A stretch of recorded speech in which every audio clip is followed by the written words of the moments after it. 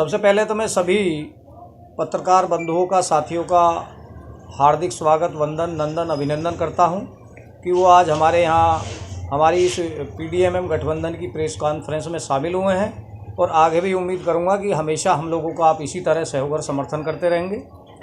आज की press conference का मुख्य मुद्दा यह है कि हम लोगों ने यहाँ जो उम्मीदवार कैंडिडेट दिल्ली में खड़े किए हैं, तो एक तो हम लोगों को, क्योंकि किसी भी दल, किसी भी संगठन, किसी भी दल या राजनीतिक पार्टी का एक चेहरा होता है मुख्यमंत्री उम्मीदवार का, तो उसके लिए हमने ये प्रेस कॉन्फ्रेंस आयोजित की है।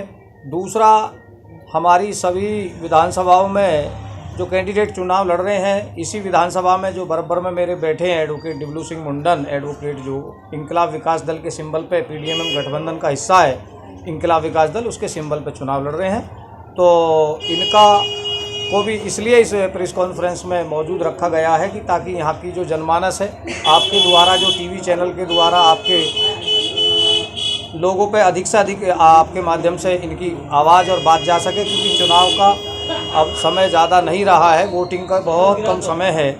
तो इसलिए यहाँ हम लोगों ने प्रेस कॉन्फ्रेंस आयोजित की है। इसमें हमारे साथ में शाहिद भैया और इंकलाब विकास दल के राष्ट्रीय अध्यक्ष नाथू सिंह गुजर बैठे हुए हैं और जो सतीश चंद्र बंजारा जी, इलियास खान जी झारखंड से आए हुए हैं, वो भी इसमें चूँकि चुनाव प्रचार में आए हैं। शीशपाल शर्मा जी, श्री शर्मा जी, हाँ, आज़ाद जी, गब्बर सिंह कपासिया जी और राजेश कुमार हिंडोनिया जी, जो अल्पसंख्यक मोर्चे इंकलाब विकास दल के राष्ट्रीय अध्यक्ष हैं, और सरपंच जयेंद्र सिंह सरपंच जो मुरैना से आए हुए हैं, वो भी यहाँ चुनाव प्रचार में लगे हुए हैं। रामपाल सिंह जी बड़े संघर्षशील साथी हैं, रामपाल जी। तो सभी लोग, मुकेश कुमार आज़ाद जी सभी लोग यहाँ आए हुए हैं। हम लोगों का मुख्य एजेंडा, गब्बर सिंह कपासी हो गए, मुद्दा और एजेंडा यह है कि भारत की राजनीति में बदलाव की आवश्यकता है और वो बदलाव अब पिछड़ा, दलित, मुस्लिम मोर्चा हम लोगों का है। इसके माध्यम से हम बड़े बदलाव की तरफ जा रहे हैं। दिल्ली के बाद में उत्तर प्रदेश में भी बड़ा रण होगा और जनता के हितों के मुद्दों की बड़ी लड़ाई हम लोग लड़ने जा रहे हैं। इसी को लेकर हम लोगों ने प्रेस कॉन्फ्रेंस आई। दिल्ली में 10 साल से केजरीवाल साहब की सरकार है, वो दावा कर रहे हैं कि दिल्ली को लंदन पेरिस बना दिया। तो आप, उन्होंने इतना अच्छा विकास किया, तो फिर आपको चुनाव में जनता वोट क्यों देगी? देखिए, दिल्ली की कंडीशन यह है, और दिल्ली नहीं, पूरे भारत की कंडीशन है, पूरे भारत के अन्य स्टेटों की कंडीशन यह है कि वोट जो परसेंटेज है वो घट रहा है। वोट परसेंटेज पे कोई भी राजनीतिक दल या मीडिया काम नहीं कर रही है। उसका सबसे बड़ा कारण यह है कि 50% वोट हो रहा है। 50% में 20% जो वोटर्स है उसको छोड़ दीजिए आप, क्योंकि वो कुछ परिस्थितियों के कारण वोट नहीं डाल पाता, कुछ बाहर होते हैं, कुछ ऐसे लोग हैं जो वोट करते ही नहीं हैं। लेकिन 30% ऐसा वोटर्स है जो इन भारत की राजनीतिक पार्टियों से बिल्कुल पूरी तरह से त्रस्त है और इनको वोट करना नहीं चाहता है। उसी 30% को हम लाने का प्रयास कर रहे हैं, क्योंकि इनके पास में वो एजेंडा नहीं है जो एजेंडा हमारे पास है 30% को जोड़ने का।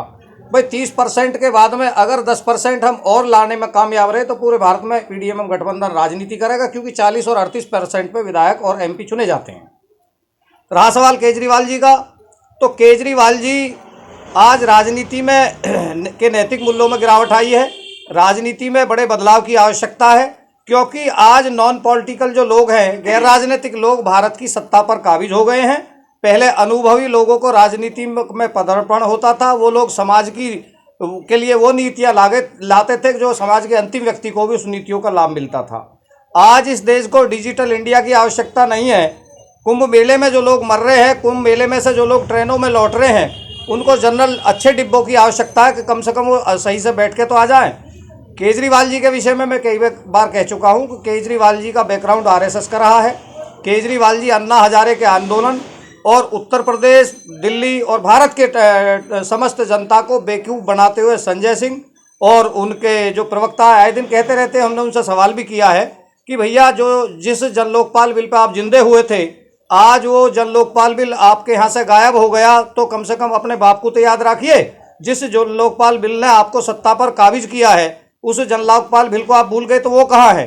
तो इसलिए केजरीवाल जी का जो विकास की कंडीशन है, वो अभी पीछे बारिश हुई थी, उससे आपको पता लगा होगा। दूसरा, किसी भी प्रदेश को चलाने के लिए राजस्व की आवश्यकता होती है, और यह जो झूठे प्रलोभन और लॉलीपॉप दिए जा रहे हैं उनको कि हम लोग जो है 2500 और 2100 रुपया महिलाओं को देंगे, तो ये हमारे जो गरीब जनता है, जो कुछ कम पढ़ी लिखी जनता है, उसको मानसिक गुलाम बनाने की पूरी तरह से इन लोगों की साजिश है।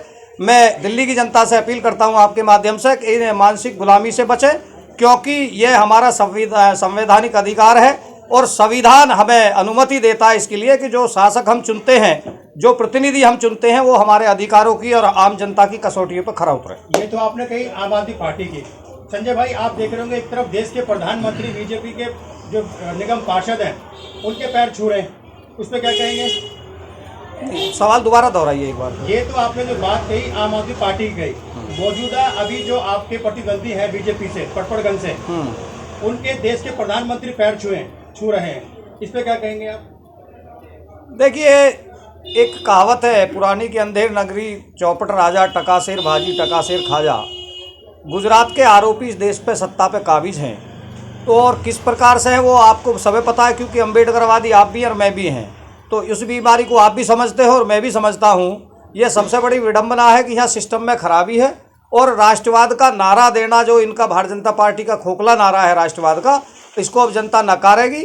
और यह जो इन्होंने किया है, अभी कुंभ की आप स्थिति देख लीजिए, तो हम लोगों जो इनकी क्या कार्यशैली रही है, इनका मामला क्या है, क्योंकि यह जो सावरकर जी के अनुयायी हैं, इन लोगों ने देश में जाति धर्म के नाम पे समाज को बांटने का कार्य किया है और समाज में तुष्टीकरण की राजनीति की है। ये जाति और धर्म किसी मठ और मंदिर, क्योंकि हम मठ और मंदिर मस्जिद की राजनीति नहीं कर रहे हैं, हम लोग लोकतंत्र की राजनीति कर रहे हैं, लोकतंत्र के हितों की राजनीति कर रहे हैं, आम जनता के अधिकारों की बात कर रहे हैं। तो इस प्रकार की चीज़ों के द्वारा जो इन्होंने देश में को विभाजन की तरफ ले जा रहे हैं। आप देखिए, मुस्लिमों ने कितना अच्छा वहाँ परफॉर्मेंस दिया है कुंभ में। इनके पास व्यवस्था नहीं थी, उन लोगों ने वहाँ खाना भी दिया है लोगों को, तो उनके बहन बेटियों के पास में जिनके कपड़े नहीं थे, उनको कपड़ा भी उन्होंने उपलब्ध कराया है। तो ये अब जो है इनका चलने वाला नहीं है। आगामी 2029 में और 2025 में ये जो चुनाव दिल्ली का हो रहा है, ये ऐतिहासिक चुनाव है। सत्ता का गलत इस्तेमाल करके अगर ये सत्ता प्राप्त कर ले, तो ये कोई लोकतंत्र के मायने नहीं है, लोकतंत्र की हत्या होगी। छोटी मोटी जो भी पार्टियां हैं, जैसे आपकी पार्टी है, ये सब वोट कटवा है, वोट काटेंगे और चले जाएंगे, इनको कुछ नहीं होगा। नहीं, वोट कटवा पार्टी तो भारतीय जनता पार्टी भी थी। भारतीय जनता पार्टी भारत की राजनीति में 2000 के बाद में उदय हुआ है। उससे पहले कोई इनका कहीं कोई नाम नहीं था। तो जब हम मान लिया खिलाड़ी मैदान में नहीं आएगा, तो ओलंपिक में स्वर्ण पदक कैसे प्राप्त करेगा? तो ये भाषा शैली जो है लोकतंत्र में किसी इनके बाप की जागीर है क्या?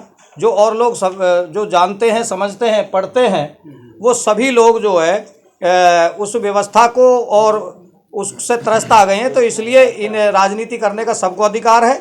वोट कटवा कोई पार्टी नहीं है। अगर इलेक्शन कमीशन से कोई पार्टी अगर अपना रजिस्ट्रेशन करा के या परमिशन लेके या मान्यता प्राप्त होकर जो भारत के लोकतंत्र में विश्वास रख रही है और चुनाव लड़ रही है, तो उसमें वोट कटवा कहाँ से आ गया? संवैधानिक अधिकार आपका भी है इस देश में और मेरा भी है। तो ये भाषा शैली तो गैर राजनीतिक लोगों की भाषा है।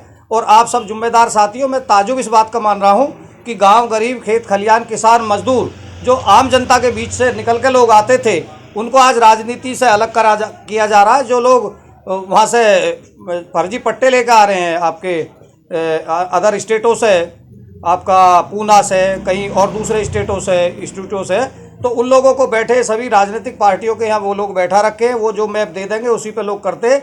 जबकि ग्रामीण क्षेत्र में आज भी 40% भारत गुलाम है। तो इस प्रकार की मानसिकता को हम लोग दिल्ली में, हम लोगों का ऐसा कोई मामला नहीं है हम किसी पार्टी के या किसी एजेंडे पे काम कर रहे हैं। हम तो आम जनता के हितों के लिए भारत की राजनीति में पीडीएमएम गठबंधन का उदय करना चाहते हैं और उसी के माध्यम से एक बड़ा विकल्प देना चाहते हैं, ताकि अब से पहले देश में हुआ भी है।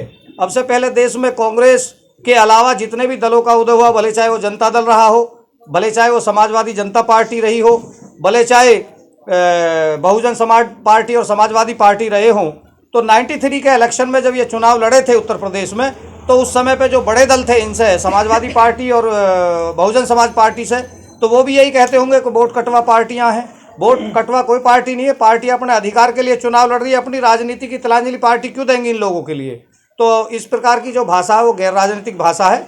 वोट कटवा कोई नहीं है, लोकतंत्र में सभी लोगों का अधिकार है और सब लोग स्वतंत्र है, चुनाव लड़ना चाहिए सभी को। चुनावी माहौल चल रहा है, हर पार्टी जो है अपना मैनिफेस्टो रखती है, अपने वायदे रखती है। आपका क्या वायदा है, आपका क्या मैनिफेस्टो है? हमारा मैनिफेस्टो ये है, क्योंकि बहुत ज़्यादा बड़ा हमारा मैनिफेस्टो इनकी तरह नहीं है। हमारा मैनिफेस्टो है शिक्षा, चिकित्सा और रोजगार। अगर हम लोगों को दिल्ली की जनता जनमत देती है और जो हमारे लोग चुनाव लड़ रहे हैं वो जीत के आते हैं, तो निश्चित तौर से हम जो है इन चीज़ों पे काम करेंगे, क्योंकि सबसे आवश्यक चीज़ है रोजगार। अगर आपकी आर्थिक स्थिति सही है तो आपका परिवार का संचालन भी बहुत अच्छे तरीक़ा से आगे चल के होगा।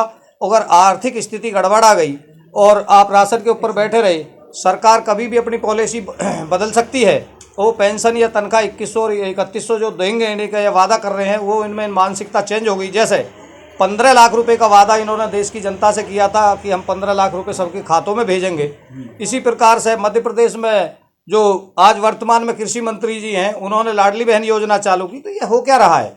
आखिरकार आप लोगों से भी मैं अनुरोध करता हूँ, 28 साल का राजनीतिक अनुभव है मेरा, विभिन्न राजनीतिक दलों और संवैधानिक पदों पर रहा हूँ, कि आप लोग भी ऐसी विचारधारा और मानसिकताओं का पूरी तरह खंडन करें। देश को बर्बाद और तबाह करने वाली कंडीशन है। केजरीवाल की 10 से 12 साल की जो अभी सरकार चली है, इसमें आपको क्या कमी लगी जो आपको मैदान में आना पड़ा? नहीं, मैदान में तो हम लोग बहुत पहले से हैं। केजरीवाल जी की, हाँ, दिल्ली में केजरीवाल जी की जो कमी है वो सबसे बड़ी कमी है कि पिछड़ा, दलित और मुसलमानों को राजनीतिक सम्मान जो उनको देना चाहिए था वो नहीं दिया है। सबसे महत्वपूर्ण बात यह है। और दूसरा रहा सवाल विकास की, तो विकास का जो मॉडल है उनका, वो मॉडल पूरी 5 सालों में, पिछले 10 सालों में यहाँ की जनता ने, जो बुद्धिजीवी जनता है, उन्होंने बहुत अच्छे तरीक़ा से देखा। उनका कोई विकास का मॉडल नहीं है और विकास के मॉडल के लिए और बहुत सारी नीतियाँ लागू हो सकती है। ये जो बॉर्डर का इलाका है, यहाँ बहुत सारे कुटीर उद्योगों की स्थापना भी हो सकती है। दिल्ली में जो यमुना का इलाका है खाली पड़ा है, वहाँ भी छोटे उद्योगों का वो हो सकता है। लेकिन उन्होंने झुग्गी झोपड़ी और छोटे लोगों को प्रलोभन और लालच तो दिए, लेकिन उनके पूर्ण रूप से जो उनका अधिकार है, जो उनको मिलना चाहिए कि उनको कुटीर उद्योग लगवा दिए जाए, उनके और कोई कार्य करा दिए जाए, इस प्रकार का नहीं किया। तो ये मैं समझता हूँ कि देश का और प्रदेश का जो सत्ता पे बैठा हुआ व्यक्ति होता है वो राजा होता है, क्योंकि सब टोटल चीज़ें उनके हाथ में होती हैं।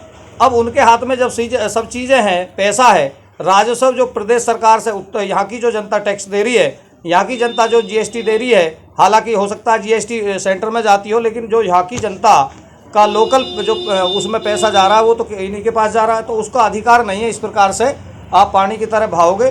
जनता भावुक है, जनता की भावनात्मक विचारधारा के साथ में खिलवाड़ ये लोग कर रहे हैं। अगर विकास का कोई मॉडल होता तो आज ये दिल्ली में इस प्रकार की कंडीशन नहीं होती। मैं समझता हूं कि अब की बार दिल्ली में बहुत खराब स्थिति भी आम आदमी पार्टी की होने जा रही है। अंतिम सवाल लेके मैं इस बात को खत्म करूंगा और मैं कोशिश करता हूं कि इसका सवाल का जवाब हमारे उम्मीदवार एडवोकेट डब्ल्यू साहब दें। अभी हाल फिलहाल में जो है अमृतसर में बाबा साहब की प्रतिमा पर प्रहार हुआ, आपकी पार्टी का इस पर क्या स्टैंड है? मैं अपना परिचय देना चाहता हूँ। मेरा नाम एडवोकेट डब्ल्यू सिंह मुंडन है और मैं पटपड़गंज विधानसभा जो 57 नंबर है उससे उम्मीदवार हूँ और मैं कड़कड़ डूमा कोर्ट में प्रैक्टिस करता हूँ।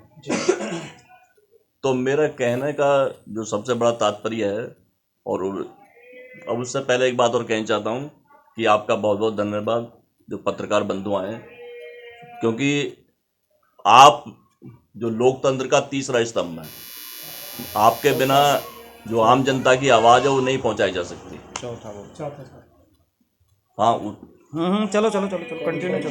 तो आपके माध्यम से मैं अपनी पटपड़गंज की जो हमारी जनता है और भोली भाली जनता उसको बताना चाहता हूँ कि अब दिल्ली में बदलाव चाह रही है जनता, और दिल्ली में बदलाव आना भी चाहिए, क्योंकि जो पार्टी ये भ्रष्टाचार खत्म करना आई थी वो भ्रष्टाचार के जो बेट चढ़ गई।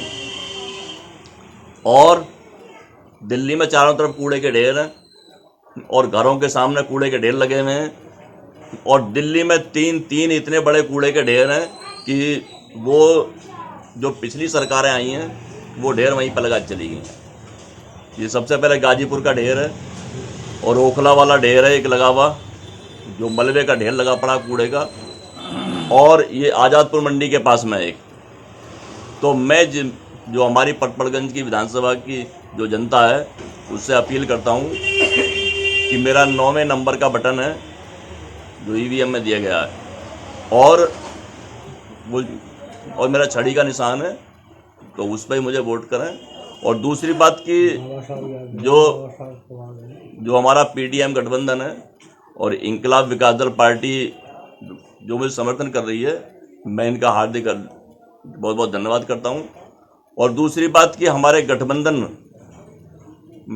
में जो 12 उम्मीदवार हैं जो दिल्ली में लड़ रहे हैं वो सब एक ही विचारधारा के हैं और जो हमारी विचारधारा है वो 86% की है, क्योंकि हम लोग 86% हैं और हमें जो अधिकार मिलना चाहिए वो नहीं मिल रहा है और 15% लोग जो हैं वो सत्ता पे काबिज हैं। सवाल और का जवाब दीजिए ना सर, जो सवाल पूछा गया है। उसे मुझे मैं पूछिए। अभी आ रहा हूँ मैं आपके मुद्दे पे ही। जो वहाँ पे हुआ है, जो चंडीगढ़ में मूर्ति गिराई गई है वो बहुत दुर्भाग्यपूर्ण है। और दूसरी बात कि हमारे बाबा साहब अम्बेडकर जी जो संविधान लिख करके गए हैं, वो अगर ये जो मूर्ति गिराने वाले हैं उनके नाम FIR दर्ज हो और सख्त से सख्त कार्रवाई की जाए। संजय भाई आप बोलिए। PDM गठबंधन को अगर पिछड़े दलित और मुसलमान समर्थन देते हैं तो बाबा साहब की नीतियों का परिदेश में लागू की जाएंगी और जो सामंतवादी और नकारात्मक विचारधारा के लोग हैं उनको किसी भी कीमत पर बाबा साहब के अपमान को नहीं बर्दाश्त करेंगे हम लोग। और बाबा साहब किसी एक समाज, एक बिरादरी या एक धर्म के नहीं है, वो पूरे भारत के 140 करोड़ लोगों के बाबा साहब हैं। निश्चित तौर से जो विषैली मानसिकता और घटिया विचारधारा के लोग हैं वो इस प्रकार की घटनाओं को अंजाम दे रहे हैं, जिसके लिए पूरी तरह से शासन और प्रशासन को कड़ी कार्रवाई करनी चाहिए। मैं PDM गठबंधन का प्रमुख होने के नाते, भारत बचाओ संविधान बचाओ आंदोलन का राष्ट्रीय अध्यक्ष होने के नाते इस घटना की कड़े शब्दों में आपके माध्यम से निंदा करता हूँ। ठीक है, शुक्रिया। मुस्लिम चेहरा हैं और क्योंकि सभी राजनीतिक पार्टियों ने अभी तक किसी मुस्लिम को CM उम्मीदवार घोषित नहीं किया है, अन्य राज्यों में भी नहीं किया है, तो आज हम उसकी भी आपके माध्यम से विधिवत घोषणा करते हैं और इनका जो है स्वागत करते हैं। ये ज़रा फ़ोटो ले लेना, हमारे लोग किसी के पास में हो तो मोबाइल सीधा होकर फोटो ले लेना।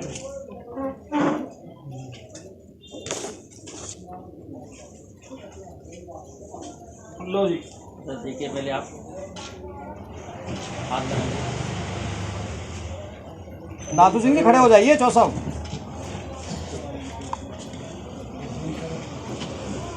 ये लीजिए, आप भी डाल दो। अध्यक्ष जी आप भी डाल दो। सर इनका परिचय बता दीजिए, क्या नाम है? इनका परिचय शाहिद भैया हैं, भारतीय किसान यूनियन के शाहिद भैया भारतीय किसान यूनियन के नेता हैं। काफ़ी लंबे समय से हम लोगों के साथ में हैं, संघर्ष कर रहे हैं और मुस्लिम समाज का आपके माध्यम से हम एक पूरे देश में मैसेज देना चाहते हैं कि भारत की राजनीति में ये सबसे बड़ा PDM गठबंधन ने कार्य किया है कि मुस्लिम समाज के लोगों को इतना बड़ा सम्मान हम लोगों ने दिया है। निश्चित तौर से दिल्ली की जनता से मेरी अपील है कि हम लोगों ने इतना बड़ा काम आपके सम्मान में और समर्थन में कर दिया है, तो इसलिए हमारे जहाँ जहाँ उम्मीदवार लड़ रहे हों, हमारे एडवोकेट डिब्लू सिंह मुंडन चुनाव लड़ रहे हैं पटपड़गंज विधानसभा से, तो यहाँ की जनता से मेरी अपील है कि वो हम लोगों को पूर्ण बहुमत से और अच्छा जनमत देकर वो दिल्ली की राजनीति का किंग मेकर बनाए। निश्चित तौर से हम उनके अधिकार और सम्मान की कसौटी को बरकरार रखेंगे। शाहिद जी आप क्या कहना चाहेंगे? आपको CM चेहरा जो है पेश किया गया है। गठबंधन का धन्यवाद। PDM गठबंधन को धन्यवाद करते हैं और किसी को फ्री का लालच नहीं देंगे। जो भी काम करना है अपनी दम पर और मेहनत पर काम करेंगे और सभी के लिए हाँ अच्छा काम करेंगे। फिर का रिपीट कर दो। दोबारा से आपको सीएम पद का चारा दिया गया है, इसके बारे में क्या कहेंगे? पीडीएम गठबंधन का हम अभिनंदन करते हैं। और किसी को भी ये जो फ्री का लालच देते हैं ना सब, ये लालच नहीं देना किसी को भी। सबको अच्छे कार्य, नौकरी और सबको स्वास्थ्य फ्री दिया जाएगा, लेकिन काम करने के लिए सबको काम दिया जाएगा। तो ये स्कीम बंद कर दी जाएगी।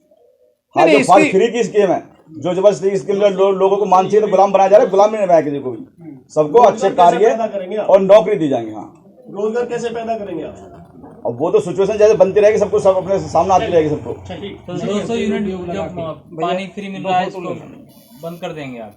नहीं नहीं पानी नहीं, फ्री बंद नहीं करना है। पानी बंद नहीं करना है। विकास की जो गति है, विकास का जो तरीका है, विकास का तरीका जो प्रलोभन है वो नहीं देंगे। जनता को रोजगार के साधन उपलब्ध कराएंगे। जब रोजगार के साधन होंगे, एक परिवार का व्यक्ति 50,000 रुपये, 1 लाख रुपए कमाएगा तो निश्चित तौर से वो जो है हर चीज़ को खरीदने में और करने में सक्षम होगा। और कल को उसके पास अगर टैक्स आएगा तो उसको वो जमा करने में सक्षम होगा। हम दिल्ली की जनता के साथ में का राजस्व जब राजस्व बढ़ेगा तो दिल्ली की जनता का आत्मविश्वास बढ़ेगा, और आत्मविश्वास बढ़ेगा तो दिल्ली का विकास होगा। गुलामी खत्म करनी है। हमारे साथ में इंकलाब विकास दल के राष्ट्रीय अध्यक्ष नाथू सिंह गुर्जर जी, उनसे भी आप जो है सर बताएं, आप पार्टी के राष्ट्रीय अध्यक्ष हैं, इसके बारे में कुछ अपनी बात रखें। मेरा नाम नाथू सिंह गुर्जर है। इंकलाब विकास दल पार्टी का राष्ट्रीय अध्यक्ष हूँ। Inquilab Vikas Dal party advocate W Singh Murdan Patparganj विधानसभा से चुनाव लड़ रहे हैं, उनका समर्थन कर रही है। आपके माध्यम से जनता तक आवाज़ पहुँचे और हम अपनी पार्टी की तरफ से प्रार्थना के साथ अपील करते हैं। एक नया चेहरा है, एडवोकेट हैं, आप इन पर भरोसा करेंगे तो निश्चित तौर पे शिक्षा, स्वास्थ्य जो दिल्ली में कोई भी पार्टी नहीं कर पाई वो हमारे माध्यम से होगी। पीडीएम गठबंधन हमारे साथ है, हम उनके साथ हैं। ये पीडीएम गठबंधन, इंकलाब विकास दल दोनों मिलके एडवोकेट डब्ल्यू सिंह मुर्डन का हम समर्थन कर रहे हैं। आपके माध्यम से उन्हें मैं अपील करूँगा पटपड़गंज विधानसभा के लोगों से कि आप बहकावे में नहीं आए। जो दारू और पैसे बांट कर आपको प्रलोभन दे के वोट जो लेते हैं, वो लोग आपका शोषण करते हैं। उनसे आप सजग रहें, होशियार रहें। ऐसे लोग बाद में आपको मिलते ही नहीं हैं, तो ऐसे लोगों को आप वोट नहीं दें। ऐसे लोगों को वोट करें जो आपके बीच में रहें, आपकी सेवा करें और झूठ नहीं बोलें। जैसे केजरीवाल जी झूठ बोलते हैं ना, झूठ का ठेका 2 आदमी पे है इस देश का। नंबर 1 मोदी जी पे है और नंबर 2 केजरीवाल जी। अगर कोई जो है झूठ को सच में बदलना जानता है तो ये दोनों लोग जानते हैं। मोदी जी जानते हैं, अगर मोदी जी कोई बात करते हैं तो उसका उल्टा करिए आप। मोदी जी कहते हैं रोजगार ख़त्म होगा तो रोजगार मिलेगा, तो आप समझिए कि रोजगार ख़त्म होने जा रहा है। ऐसा उल्टा खेल है। कोई भी मामला आप देख लीजिए, इनके पास सिवाय हिंदू मुसलमान को झगड़ा कराना, लड़ाई कराना, इसके अलावा कोई काम नहीं है। इनने कोई विकास नहीं किया, इनने देश को लूटा है। मैं आपके माध्यम से पूछना चाहता हूँ इन लोगों को कि जब इस देश में इतना जो है नीरव मोदी इतना बड़ा धन लेके जो है फुर्र हो गया, तो ये लोग कहाँ रहे? ये चोर लुटेरे लोग हैं। और हमारे साथ में जो लोग हैं वो कमेरे लोग हैं। हम कमा के खाने वाले लोग हैं, ईमानदार लोग हैं। जो केजरीवाल कहते हैं हम ईमानदार हैं, वो माँ झूठे हैं। लोकपाल बिल की बात करी, लोकपाल बिल का पता नहीं कहाँ चला गया। दूसरी बात करी हम बंगला नहीं लेंगे, आज देखो कितना बड़ा महल बना है केजरीवाल जी का। नंबर झूठ बोले और बच्चे की किस्म खा के झूठ बोले कि मैं किसी पार्टी का समर्थन नहीं लूँगा, ना हम सरकार बनाएंगे किसी पार्टी के माध्यम से। सरकार भी बनेंगे, किसी बंगले में साहित्य भी तो जाएंगे। ये बंगले में जाएंगे, हम अपनी पर्सनल कोठी थोड़ी बना रहे हैं। तो सरकारी बंगले में तो मिलता है, सबको सुविधा मिलती रहती है लोग, लेकिन पर्सनल कोठी लूट के नहीं बनाएंगे।